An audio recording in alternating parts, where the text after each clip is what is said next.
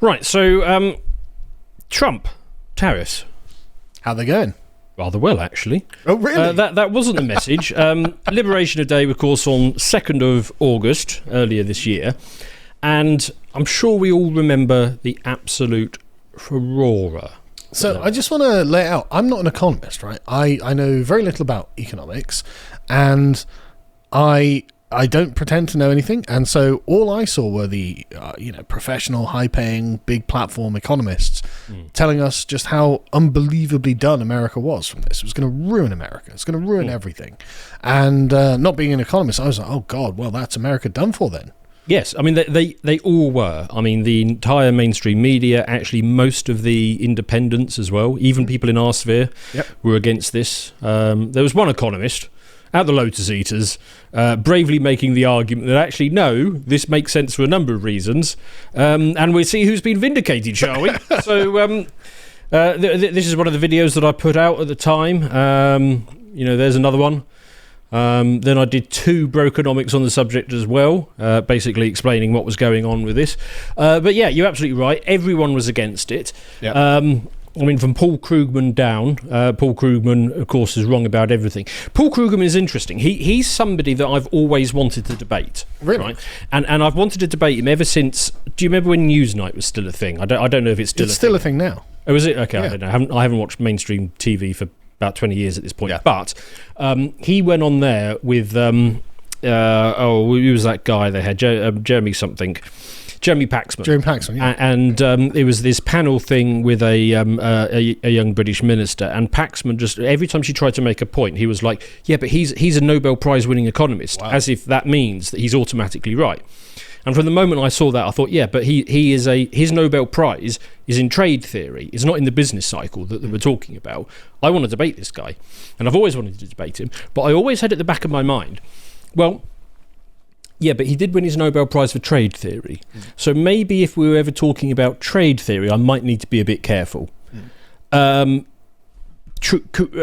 on this said, he's not just that he appears to be imposing much higher tariffs than almost anyone has expected. He's making false claims about our trading partners, not sure the case whether they're lies, because he might just be that ignorant. It will both enrage them and make it harder for them to back down. So no, his view on this was quite strong. And like I say, he has got the Nobel Prize in trade theory. Wow. But no, he was wrong as well. He was wrong as well. So, just as an outsider, yes, to economics, whenever I see economists acting like economics is a science that has hard predictions, they always seem to be wrong. Well, the difference with the science is that, I mean, okay, with a science you can, and I don't agree that it is a science, it's an art, right. Is you can actually run experiments, whereas it's very difficult to do that on economics. And the other thing is that economics incorporates a whole load of axioms, things that we know to be true, and therefore we're not going to check them. Right, and so they might not be true. Yes. And I just disagree with a whole bunch of the axioms that go into it. Right. And therefore I come to very different conclusions. While we're on the subject of people getting things wrong, I'm going to have to slip this in. It's not worth a segment on its own, but I just cannot resist mentioning something that popped up on Twitter the other day, which is the Democrats. They put up this Trump's America, and what they basically showed was a massive spike in inflation, and they're like... Really? So what happened at November 2020 to November 2023? I mean, this is the Democrats. This isn't a parody. Yeah. I checked. It's not a parody account. They literally put this up. And for those of you at home who can't quite make out the time series at the bottom... It happens to be exactly Biden's tenure. I don't think I need to scroll down. Here we go. Yeah. Here we go. There we go. There are. Precisely. Yeah. So yeah, I just thought I'd throw that in as well. Incredible. It wasn't even. I mean, I even had a debate with AA on. You did. I remember. Yeah. Yes. I don't know how useful that debate was, because basically we were talking about different things. He was coming across about how it was misplayed and it will ruin him at the midterms and inconsistent messaging and stuff. So he wasn't really going into the economic side of it. He was going into the sort of messaging side. Right. And I was talking about 3 main themes. One, it's about bringing manufacturing back to the US, or importers pay. Yeah. One of those two. In fact, actually, the first is probably preferable, but the second is equally as good because they end up paying. Sure. The second was military supply chains. The fundamental principle here is that the US should be able to fire a missile at China if it wants to, without the supply chain for that missile being dependent on Chinese component manufacturers. It's mad. Yes. It's absolutely mad, yeah. Yes. So that was the second tenet. And the third one was just more straightforward economics of we need to bring down the dollar and we need to bring down yields, which just have much... I mean, I won't be able to go into it here, but I mean, I'll do a brokeronomics on this soon, I'm sure, to get into that. So that I will quickly mention. If you look at... the dollar over the last 6 months, it was up this level, and that was basically just too high. Some people think that if you've got a currency, you just want it to be as high as possible. Well, I'm one of those people because I don't know anything about economics. Explain it. Well, think of it less like high is good, because that basically torpedoes your exporters. Right. It's like the pH level in your pool. You want it to be around neutral level. You want it to be around about 100, which is something that he's achieved. The other big thing he wants. So again, I'm an economic idiot, right? So if it's too high, it makes it expensive for other people in other countries to purchase your goods. Yes, you can't export anything. So your exports go down, and so the money coming into your country actually goes down. Because of the strength of your currency. Yes. So think of Japan in the late 80s. The yen was fantastically high. Absolutely screwed them over, along with a bunch of other things that they're doing. Like a car engine. Yeah. Yeah, okay. You don't want it revving too high or too low. Just checking that I'm getting it, 'cause like I said, I'm not an economist. Well, I further down, I do have an explanation of this in terms of Arcadian history. So, yes, I will come to that. 10-year yields not been... that's not quite the right one I wanted the chart. Well, they haven't really come down as much as they'd like, but they haven't gone up either. So that's fine on there.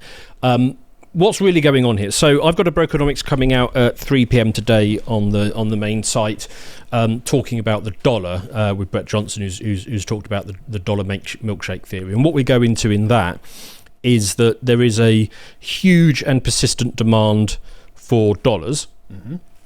Everybody needs them, because let's say you're Brazil and you're trying to buy oil from Saudi Arabia or something.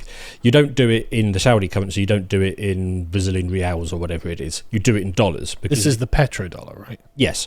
Well, and actually, it's not just dollars. It could be anything. If you're looking to do a large deal from one country to another, you don't do it in the host or the exporter currency. You do it in dollars, because only dollars has the depth of the liquidity and the ease of settlement and all the rest of the things that come with it. So there's a persistent demand for dollars. Yeah. Now that means that in order to get these dollars... Sorry, just as a quick thing. So is this because a dollar is worth $1 no matter where it is, right? It's more that it's universally accepted by everybody for everything. Right. I know. I assume there's it's sort of frictionless as well, right? Because obviously not converting various different currencies. So let's say you're buying something from India and they pay you in rupees. It's like, okay, well, what are you going to do with the rupees now? Well, exactly. Yeah. You'd have to buy something from India with those rupees. Yeah. If you take dollars from a third party, you can then do whatever you want with them. Everybody accepts them. Yeah. And you can use it to make any other transaction. Right. It's like the English language. Yes, it's like what is the universal currency. Yeah. So it's the English language, but for money. Yes. Right. Yes. That's probably a better way of looking at it. So let's get into the nuts and the bolts of what's happened here. Now, sorry, just as Financial Times, how the EU succumbed to Trump's tariff steamroller.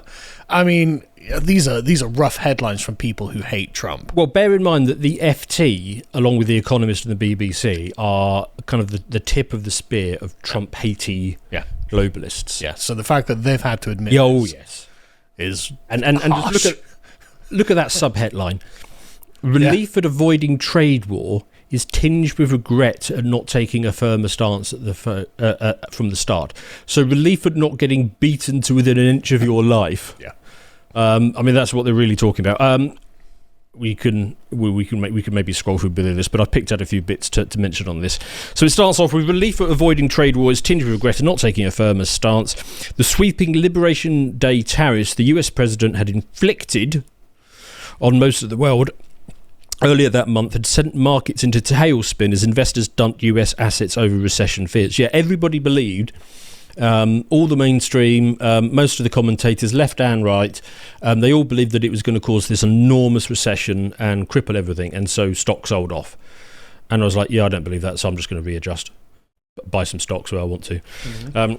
Under the framework deal struck by the European Commission, President Ursula von der Leyen and Trump at his golf resort on Sunday, the EU agreed to swallow a broad-based UF tariff of 15%. They then add, including crucially for cars but not for steel, which will be subject to a quota system. Now, that bit is interesting because, okay, so they're gonna tariff European cars but not the steel. Well. Yeah, but the US could just use that to make cars and other stuff. Yeah. And actually the steel is the low end bit that you don't want to do. Well, it's the raw material. Yes. So none of the specialised talent that actually is required to make the car has gone into it. So who cares about extracting raw goods? And I mean, it's worse than that. So where is the car industry and where is the steel industry? Well, it's Germany. Yeah. The competitive edge that Germany has is in cars. Yeah. So steel, Trump has undercut this completely. Steel is important, but... Sure, you can get steel anywhere. It's really expensive to process because you need to dump a shed load of energy into it. Yeah. Germany doesn't have any energy because they shut down the nuclear plants. Yes. Well, they shut down their nuclear. Yeah. They went all in on cheap Russian gas, and then they turned the cheap Russian gas off. Right, that's crazy. So it's further down in here, and maybe I'll mention it. But the other part of this deal is that the US is going to sell energy back to Europe. So Germany, having turned off their nuclear, turned off their cheap Russian energy, having declared war on Russia, is now going to tariff their cars, carry on doing the low-value steel bit, and even though they're paying really high energy prices, are now going to import the energy from the US in order to do that. So the US basically skips the awkward bit and just gets the steel and exports their energy and gets to make the cars else. Yes. themselves. Oh my God! And it's like the people in charge of Europe want to lose, but the thing is, I don't think that that's the case. I just think they're incompetent. Oh, they've got the wrong mindset. Yeah. I'm definitely coming to that. They've got the wrong mindset. Sorry, go on then. Okay. He's the bully in the schoolyard, and we didn't join with others in standing up to him, said one diplomat. Those who hang together get hanged separately. Well, yes, because Trump is in a position of power, and the EU is a Longhouse committee talking shop. Yeah, and that's so totally true. I mean, Ursula von der Leyen, for example, being the chief matriarch in the Longhouse, who voted for her? Like, you don't get to decide the European policy. No. A bunch of Longhouse matriarchs. No, she has to go off and speak to Macron and Maloney and know, business leaders and all the rest of it. They need to gather consensus. Trump's view is that the EU is a parasite feeding off the lucrative American market while closing its own through regulation and standards. Yes, that's true. I like that it just says it, though. Yes. The EU is not just a parasite on the US, it's a parasite on its own people as well. On Europe, yeah. Yeah, it's just an all-round... It's just a parasite that will feed on anything it can. Yes. So anyway, then there's a whole bunch of waffle about how the EU argued amongst themselves, and the key bit is, but Trump moves faster than expected. So basically, he would propose something, EU would then start debating amongst themselves. It's like, oh, can we agree to this, or do we push back? How do we push back? What do we do? What line do we take? Do we do a sanction? What do we do? And then Trump would then just pivot to the next thing. Basically, the EU could just never provide an answer, a stance, or even a line to take. And here we see the exact and ultimate and immovable problem of decision by committee. Yes. It also mentions when the UK struck a deal with Washington in May, accepting Trump's 10% baseline tariff, it encouraged those EU member states seeking a settlement, especially Berlin. Yes, because we did actually do a deal fairly early on. How is it we could do that and the Europeans couldn't? Well, you sent me a link to that, actually, that I put in. It's Brexit, isn't it? Oh, really? Is yes. it? Oh, yes. I was reliably informed that Brexit was the end of the world. Well, a bit like tariffs. That's a good point. The very same economists warned me about the tariffs. That's a great point. Yeah. Now, on this, I think what's going on here is that for all his faults, Keir Starmer does actually listen to his one-time boss, Tony Blair. Does he? Tony Blair actually understands this stuff, and you can see I did a Brokenomics because there's like 1,000 bookmarks in here. Let me refer you to a bit where, because Tony Blair does actually understand the power dynamic. Oh, I bet he does. I'll read you a bit. So this is Tony Blair speaking. For example, whatever you may hear to the contrary, Europe will ultimately go with the Americans. They won't like doing so at time and may play around, but don't get fooled by it. Yes, Tony. That's totally true. Tony understands that the EU have not fully grasped yet is that both the UK and the EU are American vassals. Yes. And we have been since the Second World War. Correct. But you can tell because there are US military bases all over the UK and all over Europe. There are. If that wasn't the case, we would have military bases in there, but we don't. We are a vassal. Yes. And the key difference in, I think, this relationship is that the UK, maybe it's because we speak English and we have a similar culture. We may not like it, but we kind of get on with it, and we just accept. Yeah, we're a US vassal. Well, we're capable of flattering ourselves because the Americans tend to quite like us. Because we go with that special relationship thing. Yeah, exactly. Yeah, like so we flatter ourselves that there's some kind of parity there, or something like that. Whereas the Europeans don't like the Americans, and the thing is, the Americans often don't like the Europeans either. I mean, fair enough. I mean, I don't. Well, no. Yeah. It's part of the Anglo-speaking world, isn't it? Yes. So this is where I was going to wheel in my because you're probably sort of thinking, well, I'm not an economist, so explain this to me like I'm an Akkadian Empire enthusiast. Sure. So it's a bit like how the Assyrians, they ruled over these various little kingdoms in their orbit. The Phoenicians basically understood what they were, and they used flattery and ingratiation. And they basically got a pretty good deal out of the whole situation. Huge amounts of cash payments. Yes. Whereas the Babylonians, what did the Babylonians do? The Babylonians were haughty. Right. They said, well, hang on a second, we're a very culturally and religiously important place, don't you know? Right. And you need to treat us with the respect we deserve. And the Assyrians flattened Babylon at least 3 times. Right. Yes. So they rebuilt it then afterwards, saying, oh, maybe we shouldn't have done that. Then the Babylonians would get haughty again and the Assyrians would flatten it again. Right. Because they didn't understand their situation. They didn't understand the power dynamics involved, no. Yes. For those of you who don't know much about Arcadia and prefer your analogies in Roman, I don't know, maybe early Judea and late Judea. Early Judea kept on rebelling and kept on getting flattened, whereas late Judea under Herod was flattery.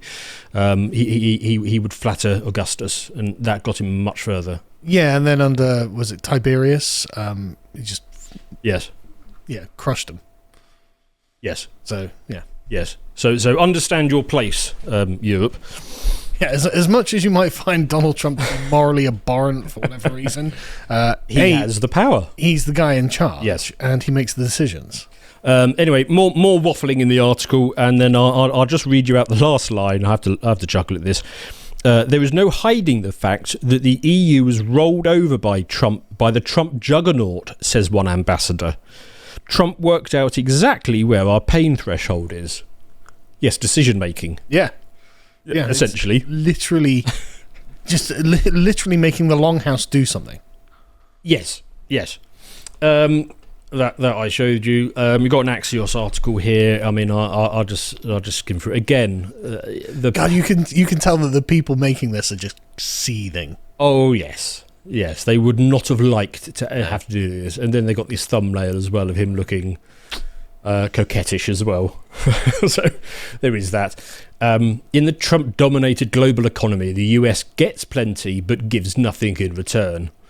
And then it goes on to give a whole bunch of details about how utterly crushing this victory was. What I'm going to have to get to now, just in case this is one of those videos that goes outside of our normal audience and goes into the wider sphere, I thought I'd pull up some of these sort of typical tweets that you're seeing. Well, you've been seeing them throughout, which is, but who actually pays these tariffs? And I got loads of these comments at the time. You don't understand tariffs. They're paid by the importer. It's the consumer that's going to have to pay it. And you're just going to get pages and pages of this. Here we go. That's the kind of thing you see all the time. It's like you don't understand who pays the tariffs. Okay, so yes, tariffs are paid by whoever does the importing. Yeah. Okay, so if you know that, and then you immediately stop your analysis, that means that Americans are 15% worse off. Mm-hmm. Okay. But the person who's selling it in the first place is trying to sell it to a price point. Yes. For it to be... So they reduce their profit by 15%. Yes. And then so as long as the import level stays the same, including the tariffs, well, that's how it works. Now, at the time... I was pushing back on a lot of exactly this sentiment and saying, no, actually, a lot of this will be... so it can be absorbed three ways. It can be absorbed just by the consumer, it can be absorbed by the retailer taking lower margins, and it can be absorbed by the exporter in the first place by just lowering their costs. And I was saying at the time, I think that the American side of that equation might be maybe 40, 30%, something like that. Yeah. Now, actually, on this one, I was wrong. It was lower. It was even lower than that. So basically now we've got data on where is this? The import price is climbing 0.1%. Yes, unless you look at it over the year-to-year change, in which case it's actually a decline of 0.2%. So things got cheaper for Americans. Very, very fractionally, yes. That might be noise, but. Sure, it might be, but the point is nothing happened. Yes, nothing happened. So basically, the foreign manufacturers have been eating this. Yeah, because otherwise they just don't sell their goods, and so if their profit margin say 40%, well, okay, it goes down to 25%. Not ideal, but if you don't do anything, then it goes down to 0%. Yes, because you don't sell anything, so you have no choice. If you want your business to continue, you're just going to have to eat it. And they did. And Trump basically just called their bluff. Yes. Literally all of them, the entire world, basically. And bear in mind, the reason why a lot of these things, I mean, take Nike, for example, the reason they're not making them in the US is because they can get Vietnamese teenagers to do it for them. Yeah, the production and pay them a fraction of the wage. Yeah. So when there's two ways to win here. One is that is shipped back to the US, and then Americans are offered those jobs, but that didn't happen. No, they're just like, okay, we know we're just going to pay that tax because it was so phenomenally profitable to exploit the third world. It's just like 15% isn't going to break it. Actually, yes. So no, they just paid up and they absorbed the cost. And to all of, just in case this goes outside our normal audience and there are any leftists watching this and you're thinking of posting this sort of crap about saying, oh, you don't know how tariffs work. Okay. It's like, well, yeah, but you don't know how to think. In the production costs are the wages of the people doing the work. And so the profit afterwards is the net profit that comes after all of the things have been taken out. And so the people actually affected by these tariffs are the multinational corporation billionaire business owners. Yes. Trump is actually taxing the rich. Yes. And they're still angry at him. Yes. Idiots. Yes. Yes, quite. Okay. I mean, you're exactly right. I mean, I just can't add to it. This is just... it's just so mad. We need to tax the rich. Say, okay, Trump is doing that. Now what? I hate him. Yes. That's what. That's the only thing. It's just blind hatred. Yes. Okay. Right. Difficult days. Think for the FT, because they also had to publish this. He's reaped $50 billion in tariff haul. As the world chickens out. He's literally just, I've got the winning hand here, so all I need to do is hold my nerve. Yes, I've got. Maybe okay. I'm going to have to go to. No, I can't show it. It's got paywalled. Right. The archive site I don't think has the chart. Oh, maybe it's in the first picture. Oh, there we go. Yes. So that actually they put it on the thumbnail helpfully. Yeah. That is the chart of US customs income. Right. Okay. Well, that's gone off the chart. Yes. Yeah. Notice the spiky bit at the end. Yes. That's done rather well.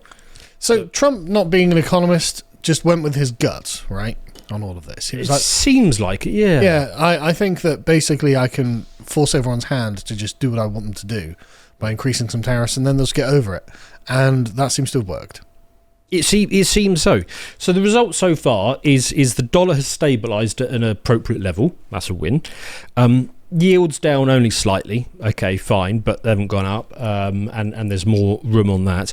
Realigning manufacturing. What's happened there? Well, we haven't got any hard numbers on this yet. I can't give you a definitive picture on it, but there are dozens and dozens of anecdotal examples like this. Roche commits to US manufacturing and R&D process. They're going to be investing $50 billion in the US over the next 5 years, creating 1,000 direct jobs. It will probably lead to 12,000 indirect jobs in construction and support services and all that kind of stuff. You see dozens and dozens of these, of companies that have announced, we're returning manufacturing to the US. So Americans getting jobs. Yes. So all of that was a huge win. Yep. What else there to measure? Strategic independence from China. Too soon to tell, but likely. Going in the right direction? I would have thought so. Tariff revenue up? Yes. And consumers protected? Not only yes, but far more than even I thought they were going to be on this. I thought there would be at least some cost to the American consumers, and no, it's just all upside. And if you're a leftist, billionaires taxed? Yes. So let me just give in the thing before the close, let's just recap what this deal actually looks like. So he basically had a 75-minute meeting with von der Leyen, and in that was agreed that basically the effect of this is going to be a EU payment to the US of about 1.6 trillion. Jesus Christ. EU will buy 750 billion in US energy. Jesus. They will invest about 600 billion in America. Purchase more US military gear. Tariffs on American exports drop to 0, and European imports face 15%. So total capitulation. Complete and total capitulation. I mean, we were talking about the Assyrians the other day. This is the kind of haul. Yes. The Assyrians would get, like, what they would do is just tell everyone, right, you're under our control now, and then every year march the army out to various cities and just say, right, give us some money. And most cities would just pour gold into their pockets until they went away. That's literally what's happening here, isn't it? This is Assyrian level. Yeah, winning. It really is. Yes. Let's go to my final link, because at least some Democrats are appreciating just how wrong they got it. Samson, do you want to play this? I remember along with probably most people, was saying at the beginning, by the 4th of July, somebody had to think how the the economy was going to be tanked by then. And I was kind of like, well, that seems right to me, but that didn't happen. Now, it could happen tomorrow. I'm just saying that's reality. So let's work first from the reality of that, not from I just hate Donald Trump. Because that's boring and doesn't get us anywhere and leads you to dishonesty. Because the truth is, I don't know what his strategy is. But look, the stock market is at record highs. I know not everybody lives by the stock market, but I also drive around. I don't see a country in a depression at all. I see people out there just living their lives. And I would have thought, and I got to own it, that these tariffs were going to fucking sink this economy by this time, and they didn't. So, how do we deal with that fact? Because that's the fact. Yeah. We cope and seethe. There is going to be a lot of having to deal with the fact that it looks like this man actually knows what he's doing. If you would like to watch the full uncut version that is also uncensored, head on over to lotuseaters.com to find out more.